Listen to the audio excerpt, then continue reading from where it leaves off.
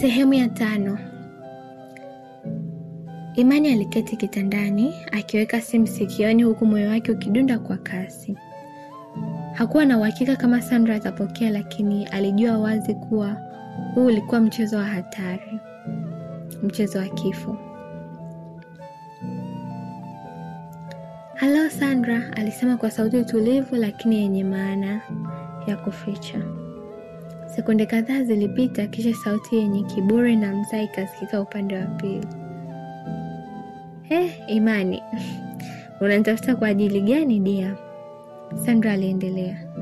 "Sasa hivi unaumia roho kwa kifo cha mpenzi wako wa zamani au umepata mtu mpya kukufariji?"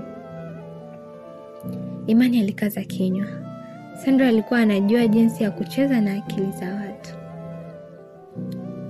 "Sikupigi kwa ajili ya Baraka," alisema kwa utulivu wa kimkakati. "Nataka tuongee. Tukae sehemu fulani tuongee vizuri kama wanawake wazima."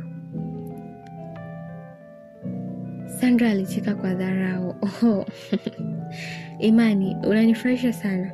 Unadhani mimi ni mjinga? Tunakutana kwa ajili gani?" Imani alijifanya kutabasamu. "Ni wazi kuwa tuko kwenye upande mmoja sasa.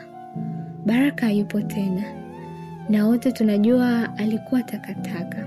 Sasa sitaki tumalizane kama maadui. Tunahitaji tu kufunga hili jambo kwa amani." Sandra alikaa kimya kwa muda. Unanikosha na maneno yako matamu Imani. "Sawa, nitakupa nafasi. Kesho saa 4 asubuhi njoo kwenye hoteli ya Blue Palms. Usichelewe." "Nitakuwepo." Imani alikatisha simu, moyo wake ulipiga kwa nguvu. Je, huu ulikuwa mwanzo au mwisho wake? Au atafanikiwa kumfanya Sandra ajitoe mwenyewe? Asubuhi inafika, hoteli ya Blue Palms. Imani aliwasili mapema akiwa amevaa mavazi ya kawaida lakini ya kiustaarabu. Alitaka kuonekana mtulivu, asiye na shaka yoyote. Alipoingia ndani, macho yake yalikutana na Sandra, aliyekuwa ameketi kwenye kona ya mgahawa wa hoteli hiyo. Alikuwa amevalia rinda jekundu lililomkaa vyema, mdomo wake ukiwa umepakwa lipstick nyekundu kali. "Umefika mwanamke wa mwaka. Karibu," alisema kwa mzaha huku akionyesha kiti mbele yake. Imani aliketi lakini alibaki makini. "Sandra, sikutaka tufike hapa. Nilikuona kama mtu wa kawaida, lakini sasa kuna mambo mengi yananitatiza." Sandra aliinamisha kichwa akamtizama Imani kwa tabasamu la ujanja. "Mambo gani hayo sweetheart?" "Juu ya Baraka, juu ya wewe, juu ya kilichotokea usiku ule." Sandra alijifanya kushusha pumzi kwa huzuni.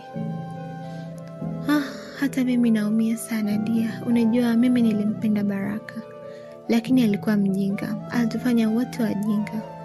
Unajua hilo, si ndio?" Imani alihisi ghadhabu ikimpanda. "Na ndio maana ulimuua?" aliuliza moja kwa moja. Sandra alibaki kimya kwa sekunde chache, kisha alicheka kwa sauti ya kejeli. Imani, usiniambie unaamini mimi nilimuua Baraka. Jamani, huyu mtu alikuwa na maadui wengi kuliko unavyofikiria." Imani alikuna kichwa kwa tahadhari. "Kama hujamuua basi ni nani?" Ghafla simu ya Sandra iliita. Alipoangalia jina lililoandikwa, Imani aliona kitu kilichomfanya apige moyo konde. Mr. K. "Huyu ni nani?" Sandra alishtuka ghafla, akainuka kutoka kwenye kiti. "Imani, nadhani tumemaliza mazungumzo yetu. Nitakuona baadaye." Lakini kabla hajapiga hatua, Imani aliinuka na kumshika mkono kwa nguvu. "Sitasimama mpaka nijue ukweli wote." Sandra alimtizama kwa macho mekundu ya hasira. "Usinifuatilie Imani. Huu si mchezo wako. Kama unajali maisha yako, utaachana na hili jambo mara moja." Imani ya kuvunjika moyo. "Sitasimama mpaka haki ipatikane." Sandra alimtazama kwa sekunde chache kisha akatabasamu kidogo na kusema kwa sauti ya chini, kama unataka ukweli, basi jiandae, maisha yako hayapo salama tena. Hatari imekaribia. Baada ya kuachana na Sandra, Imani alihisi mwili wake ukiwa mzito. Mr. K ni nani? Na kwa nini Sandra anaogopa kupokea simu yake? Je, Sandra ni muuaji wa kweli au kuna mtu mkubwa zaidi nyuma ya pazia? Alichukua simu yake haraka na kumpigia Deogratius. Deo, nimekutana na Sandra. Na umejifunza nini? Kuna mtu anayeitwa Mr. K. Nahisi ndiye anayehusika na kila kitu.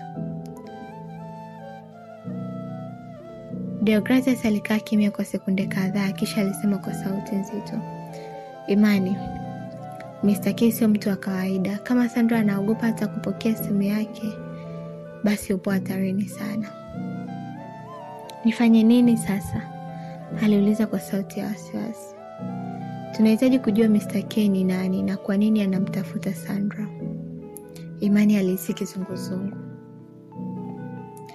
Sasa nimeingia kwenye mchezo mkubwa wa hatari. Je, nitapona? Ghafla, mlango wa mgahawa ulifunguliwa kwa nguvu. Mwanaume mmoja mrefu mwenye suti nyeusi na miwani nyeusi aliingia ndani, huku macho yake yakimtazama Imani moja kwa moja. Moyo wa Imani ulikuwa kama umesimama. Mwanaume huyo alitembea moja kwa moja hadi alipo Imani, akasimama mbele yake na kusema kwa sauti nzito, wewe ni Imani, si ndio? Ndiyo, wewe ni nani? Mwanaume huyo alitabasamu kisha akajibu kwa utulivu wa kutisha,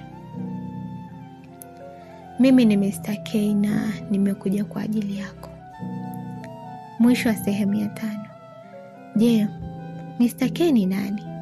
Kwa nini Sandra anamuogopa? Je, Imani atapona au ndio mwisho wake?